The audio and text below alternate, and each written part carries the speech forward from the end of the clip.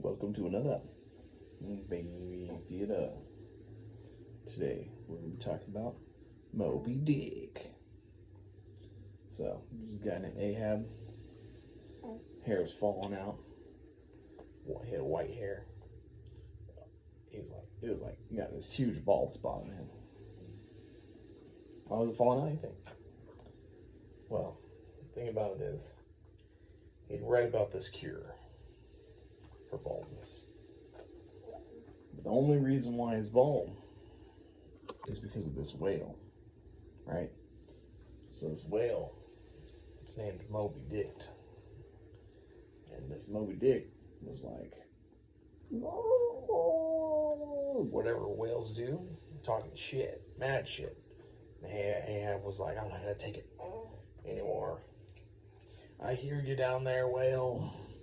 I'll get you if it isn't the last thing I do. So, anyway, Ahab was ripping his hair out, trying to figure out why Moby Dick was nowhere to be found. And next thing you know, he's losing all his hair. So he goes to the barber, and the barber's like, you're gonna lose all your hair. Why are you even here? Like, I have nothing to cut. Nobody cut some fingers or something? Maybe some toes? I heard they like to go to the market. Sell them for a pretty penny on the black market, he says. He says, well, no, I'm not here for that today. I'm here for a haircut. The barber's like, I'm not charging you $30 just for nothing. And he says, well, what about my beard? Ahab had a big beard. Went all the way down to his toes. And he said, well, I can trim that up for you. If you touch it, you die. So he says immediately. So the barber's like, I guess I won't touch it, right? So then he goes over and he finds a little shop. This little shop has this really expensive bottle of hair unremover. And he's like, oh my God, I really need some of that hair unremover. That's like exactly what I need. And so he's like trying to buy it, but then he realized it's $4,000. This whole ship costs $4,000. You know what I'm saying? That was crazy. So then he's like, man, I'm not gonna pay that much. He says, okay, what's the key ingredient? They said, well, you mix whale blubber with something called Moby. He's like, Moby Dick, that's the cure for baldness. And they're like, no, let me finish. And he's like, I gotta get that Moby Dick. And so he runs out. And they're like, wait, I was gonna tell you something else. That's not even the right thing. No, wait, I forgot what we were saying. But Ahab was too mad. He knew Moby Dick, if he killed him, his hair would regrow back into this beautiful glory.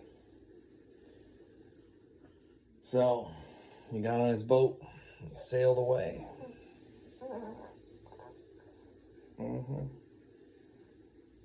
Next thing you know, he's on the open seas. Now, the first thing that happens is a big sea monster creeps up out of the sea. His name was Mar. G-M-A-R. And he actually had, like, what he would do is he would have fishing bodies, but he would put, his skin was falling off, so he would put dead fish in. Good job. He put dead fish in, and he would attach them all to his body. And that's kind of what happened. And then he would float around, he's like patchwork fish, kind of. And this one was so big that he was able to hop on the boat and almost topple it. And Ahab and all his sailors, he had some men and women in there. You know, they said that women are bad luck, but Ahab was like, nope, I've got all the luck I need. Yarr, right?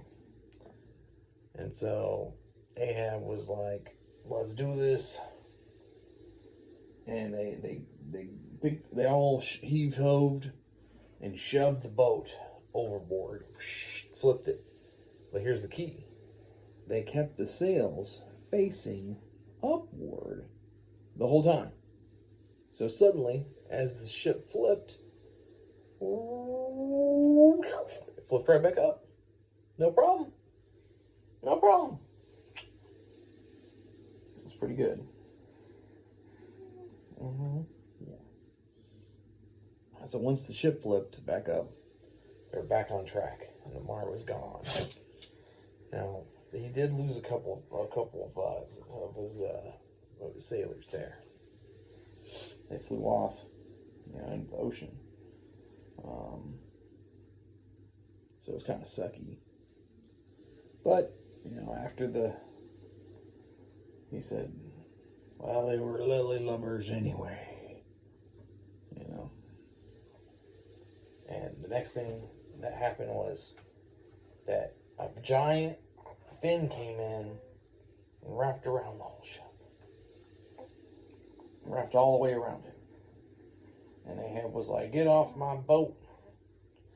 And he took his rake and he started raking all the little tendrils off the tendril.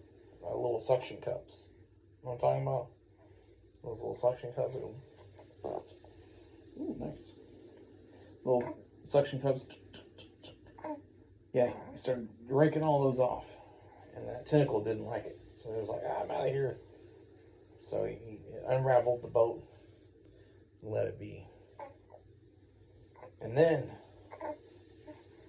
a bunch of crabs jumped into the boat and started nipping at everybody's feet. And everybody was like, oh no, every crab for yourself. And then the crabs jumped up and overtook the boat. Ahab said, no, I'm going to take it back.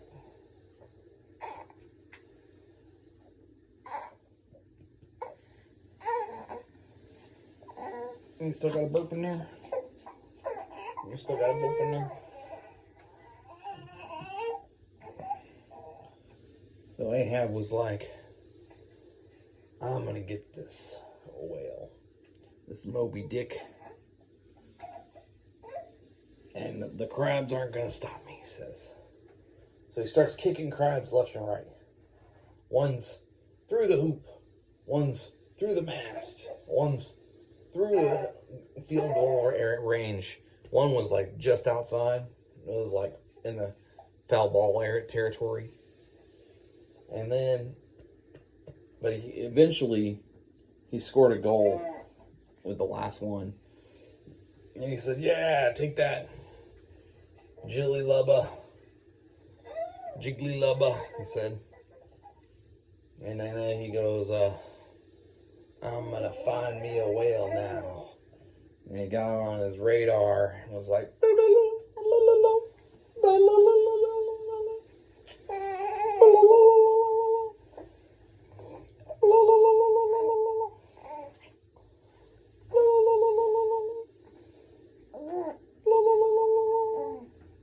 he said, there he is.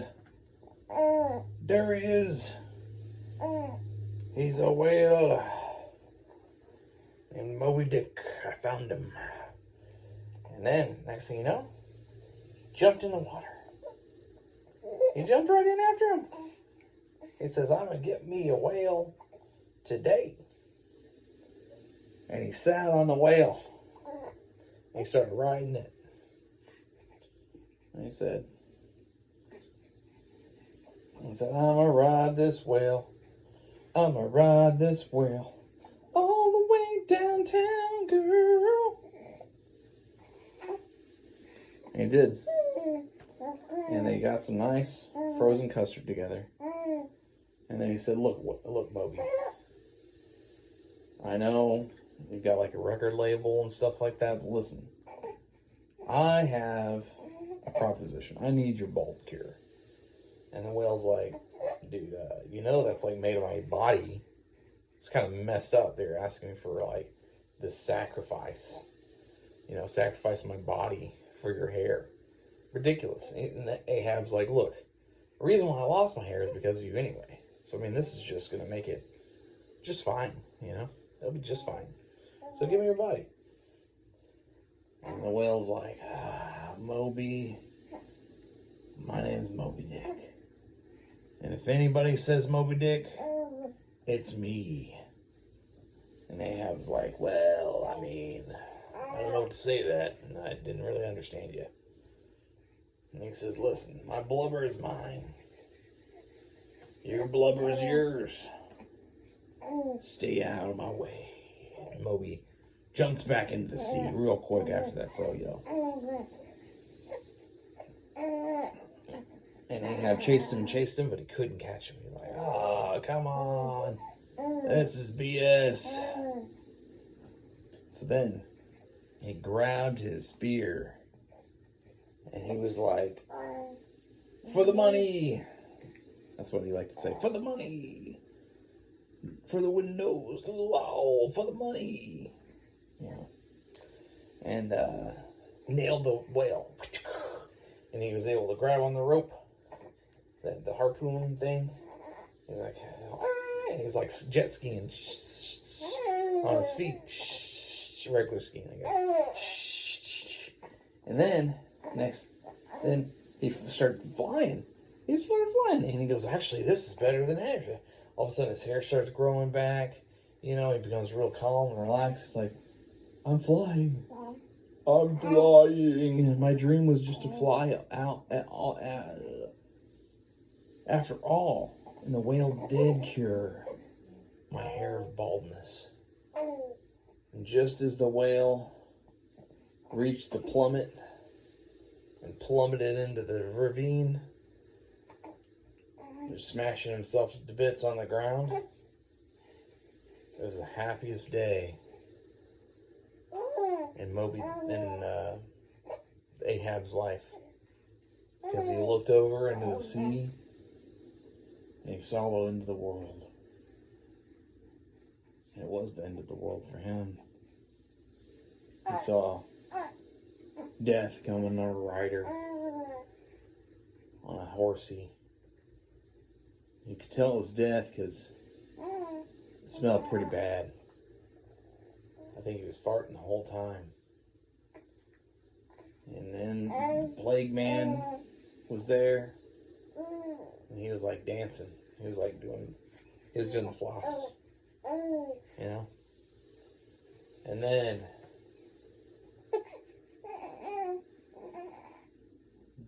the other riders were like dabbing. And as they dabbed, yeah, right.